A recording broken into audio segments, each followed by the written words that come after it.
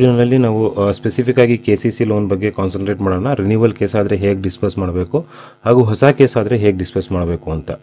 So ಇಲ್ಲಿ start ಮಾಡೋಕ್ಕಿಂತ ಮುಂಚೆ ನಾವು ಕೆಲವೊಂದು ಸೆಟಪ್ಗಳನ್ನ ಮಾಡ್ಕೋಬೇಕು. ಅಂದರೆ ಕಾನ್ಫಿಗರೇಷನ್ ಮೇಲೆ ಕ್ಲಿಕ್ ಮಾಡಿ, ಅದಾದ ನಂತರ ಲೋನ್ಸ್ ಮೇಲೆ ಕ್ಲಿಕ್ ಮಾಡಿ. ಲೋನ್ಸ್ ಮೇಲೆ ಕ್ಲಿಕ್ ಮಾಡಿದ ತಕ್ಷಣ ನಿಮಗೆ ಎಷ್ಟು ಆಪ್ಷನ್ ತೋರಿಸ್ತಾ ಇರುತ್ತೆ. ಇದರಲ್ಲಿ ನಾವು ಕಾನ್ಸಂಟ್ರೇಟ್ ಮಾಡಬೇಕಾಗಿರೋದು scale of finance, unit cost, animal husbandry ಇದ್ದರೆ, ಸೊ ಪ್ರಾಡಕ್ಟ್ ಪರ್ಪಸ್ ಮ್ಯಾಪಿಂಗು, ಅದಾದ ನಂತರ ಇಂಟ್ರೆಸ್ಟ್ ಪಾಲಿಸಿ. ಇಷ್ಟು ಡೀಟೇಲ್ಸ್ನ ನಾವು ಫಿಲಪ್ ಮಾಡಬೇಕಾಗುತ್ತೆ. ಪ್ರಾಡಕ್ಟ್ ಪರ್ಪಸ್ ಮ್ಯಾಪಿಂಗು ಫಸ್ಟು ನಾವು ಮಾಡ್ಕೊಳ್ಳೋಣ. ಪ್ರಾಡಕ್ಟ್ ಪರ್ಪಸ್ ಮ್ಯಾಪಿಂಗ್ ಮೇಲೆ ಕ್ಲಿಕ್ ಮಾಡಿದ ತಕ್ಷಣ ನಾವು ಯಾವ ಪ್ರಾಡಕ್ಟಲ್ಲಿ ನಾವು ಲೋನ್ ಸೆಟಪ್ ಮಾಡ್ತಿದ್ದೀವೋ ಅದನ್ನು ನಾವು ಸೆಟಪ್ ಮಾಡ್ಕೋಬೇಕು. ಸೊ ಫಸ್ಟ್ ಇಲ್ಲಿ ನಾರ್ಮಲ್ KCC ಅಂತ ಅಂದರೆ ನಾರ್ಮಲ್ KCCನ ಸೆಲೆಕ್ಟ್ ಮಾಡ್ಕೋಬೋದು. ಅನಿಮಲ್ ಹಸ್ಬೆಂಡ್ರಿ ಸೆಲೆಕ್ಟ್ ಮಾಡ್ಕೊಂಡ್ರೆ ಅನಿಮಲ್ ಹಸ್ಬೆಂಡ್ರಿ ಕ್ರಾಪ್ನ ಅಥವಾ ಏನೋ ಕುರಿ ಅಥವಾ ಹಸು ಅದರ ಡೀಟೇಲ್ಸ್ ಬರುತ್ತೆ. ಸೊ ಅದನ್ನು ಸೆಲೆಕ್ಟ್ ಮಾಡ್ಕೋಬೋದು. ಸೊ ನಾರ್ಮಲ್ KCC ತೊಗೊಳ್ಳೋಣ. ಇಲ್ಲಿ ಕಂಪ್ಲೀಟಾಗಿ ಕ್ರಾಪ್ ತೋರಿಸ್ತಾ ಇರುತ್ತೆ, ನ್ಯೂ ಪರ್ಪಸ್ಸು ಹಾಗೂ ಎಕ್ಸಿಸ್ಟಿಂಗ್ ಆಲ್ರೆಡಿ ಯಾವ್ದು ಮ್ಯಾಪ್ ಆಗಿದೆ ಅಂತ. ಸೊ ಈಗ ನನಗೆ ಇಲ್ಲಿ ಜಿಂಜರ್ ಬೇಕಾಗಿದೆ. ಸೊ ಜಿಂಜರ್ನ ನಾನು ಇಲ್ಲಿ ಸರ್ಚ್ ಮಾಡ್ಕೋತೀನಿ. ಸೊ ಜಿಂಜರ್ನ ಕ್ಲಿಕ್ ಮಾಡಿ ಆ್ಯಡ್ ಮಾಡ್ಕೋತೀನಿ. ಸೊ ಜಿಂಜರ್ ಆಲ್ರೆಡಿ ಇಲ್ಲಿ ಮ್ಯಾಪ್ ಆಗಿದೆ. ಸೊ ಅದಕ್ಕೆ ತೋರಿಸ್ತಾ ಇಲ್ಲ, ಇಲ್ಲಿ ಆಲ್ರೆಡಿ ಮ್ಯಾಪ್ ಆಗಿದ್ರೆ ತೋರಿಸಲ್ಲ. ಸೊ ಅದು ಬಿಟ್ಟು ಬೇರೆ ಏನಾದರೂ ನೀವು ಮೇಜ್ ಆ್ಯಡ್ ಮಾಡಬೇಕು ಅಂತಂದರೆ ಜಸ್ಟ್ ಅದ್ರ ಮೇಲೆ ಕ್ಲಿಕ್ ಮಾಡಿ. ನಿಮ್ಗೆ ಯಾವ್ಯಾವ ಕ್ರಾಪ್ ಪರ್ಪಸ್ ಮ್ಯಾಪ್ ಆಗಬೇಕು ಅದನ್ನ ಮೇಲೆ ಜಸ್ಟ್ ಕ್ರಾಪ್ ಮೇಲೆ ಕ್ಲಿಕ್ ಮಾಡಿ ನೀವು ಸೇವ್ ಅಂತ ಕೊಟ್ಟರೆ ಇದು ಈ ಪ್ರಾಡಕ್ಟ್ಗೆ ಈ ಕ್ರಾಪ್ ಅಂದರೆ ಪರ್ಪಸ್ಸು ಸೇವ್ ಆಗುತ್ತೆ. ಅದಾದ ನಂತರ ಫಸ್ಟ್ ಪ್ರಾಡಕ್ಟ್ ಆದಮೇಲೆ ನೆಕ್ಸ್ಟು ನಾವು ಮಾಡಬೇಕಾಗಿರೋದು ಪುನಃ ಸೇಮ್ ಕನ್ಫಿಗರೇಷನಲ್ಲೇ ಹೋಗಿ ಲೋನ್ಸ್ ಮೇಲೆ ಕ್ಲಿಕ್ ಮಾಡಿಬಿಟ್ಟು ಸ್ಕೇಲ್ ಆಫ್ ಫೈನಾನ್ಸ್ ಫಿಕ್ಸ್ ಮಾಡ್ಕೋಬೇಕು. ಸ್ಕೇಲ್ ಆಫ್ ಫೈನಾನ್ಸ್ ಮೇಲೆ ಕ್ಲಿಕ್ ಮಾಡಿದ್ರೆ ನಿಮಗೆ ಈ ವಿಂಡೋ ಓಪನ್ ಆಗುತ್ತೆ. ಇಲ್ಲಿ ಪ್ರಾಡಕ್ಟು ಯಾವುದು ನಾರ್ಮಲ್ KCC ಮಾಡ್ತಾಯಿದ್ದೀವಿ. ಅದಾದ ನಂತರ ನಾವಿಲ್ಲಿ ಇದರದ್ದು ಸ್ಕೇಲ್ ಆಫ್ ಫೈನಾನ್ಸ್ ಫಿಕ್ಸ್ ಮಾಡಬೇಕಾಗುತ್ತೆ. ಸ್ಕೇಲ್ ಆಫ್ ಫೈನಾನ್ಸ್ ನೋಡಿ, ಇಲ್ಲಿ ಶುಗರ್ ಕ್ಯಾನ್ ಆಲ್ರೆಡಿ ತೋರಿಸ್ತಾ ಇದೆ, ಶುಗರ್ ಕ್ಯಾನ್ ಆ್ಯಡ್ ಆಗಿದೆ ಅಂತ ಇದ್ರದ್ದು ಸ್ಕೇಲ್ ಆಫ್ ಫೈನಾನ್ಸು. ಸೊ ಬೇರೆ ಎಷ್ಟು ಕ್ರಾಪ್ ಇದೆ ನಿಮ್ಮದು ಅಷ್ಟು ಕೂಡ ನಾವು ಇಲ್ಲಿ ಪ್ಲಸ್ ಸಿಂಬಲ್ ಇದೆಯಲ್ಲ ಅದ್ರ ಮೇಲೆ ಕ್ಲಿಕ್ ಮಾಡ್ಕೊಂಡು ಆ್ಯಡ್ ಮಾಡ್ಕೊಂಡು ಹೋಗ್ಬೋದು. ಅಕಸ್ಮಾತ್ ಶುಗರ್ ಕ್ಯಾನ್ದು ಏನಾದರೂ SOF ಚೇಂಜ್ ಆಗಿ ಈಗ ಮುಂದಿನ ವರ್ಷಕ್ಕೆ SOF ಚೇಂಜ್ ಆಗುತ್ತೆ. ಸೊ ಅದನ್ನು ನಾವು ಚೇಂಜ್ ಮಾಡಬೇಕು ಅಂತ ಅಂದರೆ ಇಲ್ಲಿ ಜಸ್ಟ್ ಎಡಿಟ್ ಆಪ್ಷನ್ ಇದೆಯಲ್ಲ, ಈ ಎಡಿಟ್ ಆಪ್ಷನ್ ಮೇಲೆ ಕ್ಲಿಕ್ ಮಾಡಿ ನಾವು ಅದನ್ನು ಚೇಂಜ್ ಮಾಡ್ಬೋದು. ಸೊ ಆ್ಯಡ್ ಮಾಡಬೇಕು ಹೊಸದಾಗಿ SOF ಅಂತಂದರೆ ಇಲ್ಲಿ ಪ್ಲಸ್ ಸಿಂಬಲ್ ಇದೆಯಲ್ಲ, ಈ ಪ್ಲಸ್ ಸಿಂಬಲ್ ಮೇಲೆ ಕ್ಲಿಕ್ ಮಾಡ್ಕೊಳ್ಳಿ.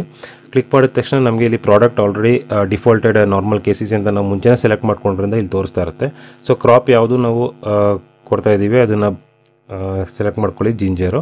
So effective date 1/4/24. ಡಿಫಾಲ್ಟಾಗಿ ನಾವು ಯಾವ ಡೇಟಲ್ಲಿ ಲಾಗಿನ್ ಆಗಿರ್ತೀವೋ ಆ ಡೇಟೇ ತೋರಿಸುತ್ತೆ.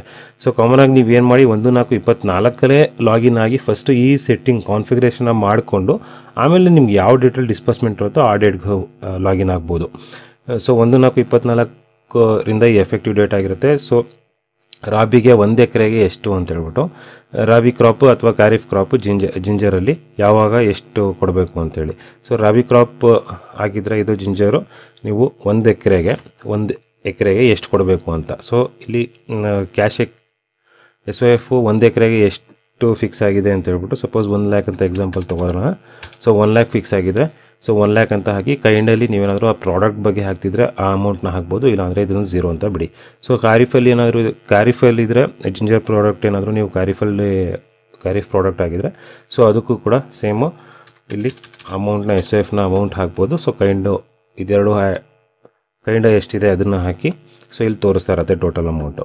ಅದಾದ ನಂತರ ಡಾಕ್ಯುಮೆಂಟ್ ಒಂದು SOF DCCBಯಿಂದ ಒಂದು ಪ್ರೊಡ್ಯೂಸ್ ಮಾಡಿರ್ತಾರಲ್ಲ ಆ ಪ್ರಾಡಕ್ಟ್ ಶೀಟ್ನ ಇಲ್ಲಿ ನೀವು ಚೂಸ್ ಫೈಲ್ ಮಾಡಿ ಅದನ್ನು ಅಟ್ಯಾಚ್ ಮಾಡಿ ಸೇವ್ ಮಾಡ್ಬೋದು. ಸೇವ್ ಮಾಡಿದ್ರೆ ನಿಮಗೆ ಇಲ್ಲಿ ಜಿಂಜರ್ಗೆ ಫಿಕ್ಸ್ ಆಗುತ್ತೆ, SOF ಸೆಟಪ್ ಆಗುತ್ತೆ.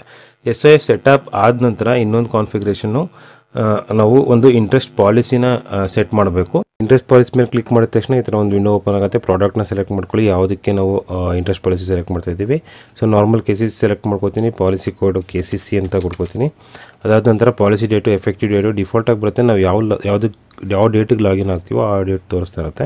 ಸೊ ಪ್ರಾಡಕ್ಟು ಕ್ರೈಟೀರಿಯಾ ಕಂಡೀಷನ್ನ ಈಕ್ವಲ್ಸ್ ಅಂತ ಕೊಡ್ಕೊಳ್ಳಿ. ಇಲ್ಲಿ ಕ್ರೈಟೀರಿಯಾ ಪ್ರಾಡಕ್ಟೇ ಸೆಲೆಕ್ಟ್ ಮಾಡ್ಕೊಳ್ಳಿ. ಅದಾದ ನಂತರ condition value normal KCC. So rate of interest 0.01 ಅಂತ ಕೊಡಿ.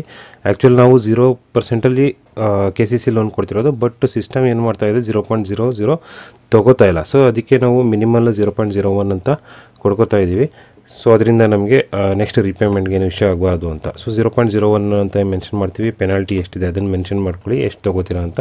ಅದಾದ ನಂತರ ಓಡಿ ಆದರೆ ಎಷ್ಟು ಕಲೆಕ್ಷನ್ ಮಾಡ್ತೀರಾ ರೈತರಿಂದ, ಅಂದರೆ ಪೀನಲ್ ಇಂಟ್ರೆಸ್ಟ್ನ ಬಿಟ್ಟು. ಸಪೋಸ್ ನೀವು 14% ಕಲೆಕ್ಟ್ ಮಾಡ್ತಾಯಿದ್ರೆ ಸೊ 12+2 ಆಗಿರುತ್ತೆ ಈ ಕೇಸಲ್ಲಿ. ಸೊ ಇದನ್ನು ಮೆನ್ಷನ್ ಮಾಡಿ ಯಾರೋ ಮಾರ್ಕ್ ಇದೆಯಲ್ಲ, ಈ ಯಾರೋ ಮಾರ್ಕ್ ಮೇಲೆ ಕ್ಲಿಕ್ ಮಾಡಿದ್ರೆ ಈ ಥರ ಒಂದು ಪಾಲಿಸಿ ಕ್ರಿಯೇಟ್ ಆಗುತ್ತೆ. ಈ ಪಾಲಿಸಿ ಕ್ರಿಯೇಟ್ ಆದಮೇಲೆ ಇದನ್ನ ಸೇವ್ ಕೊಡಬೇಕು.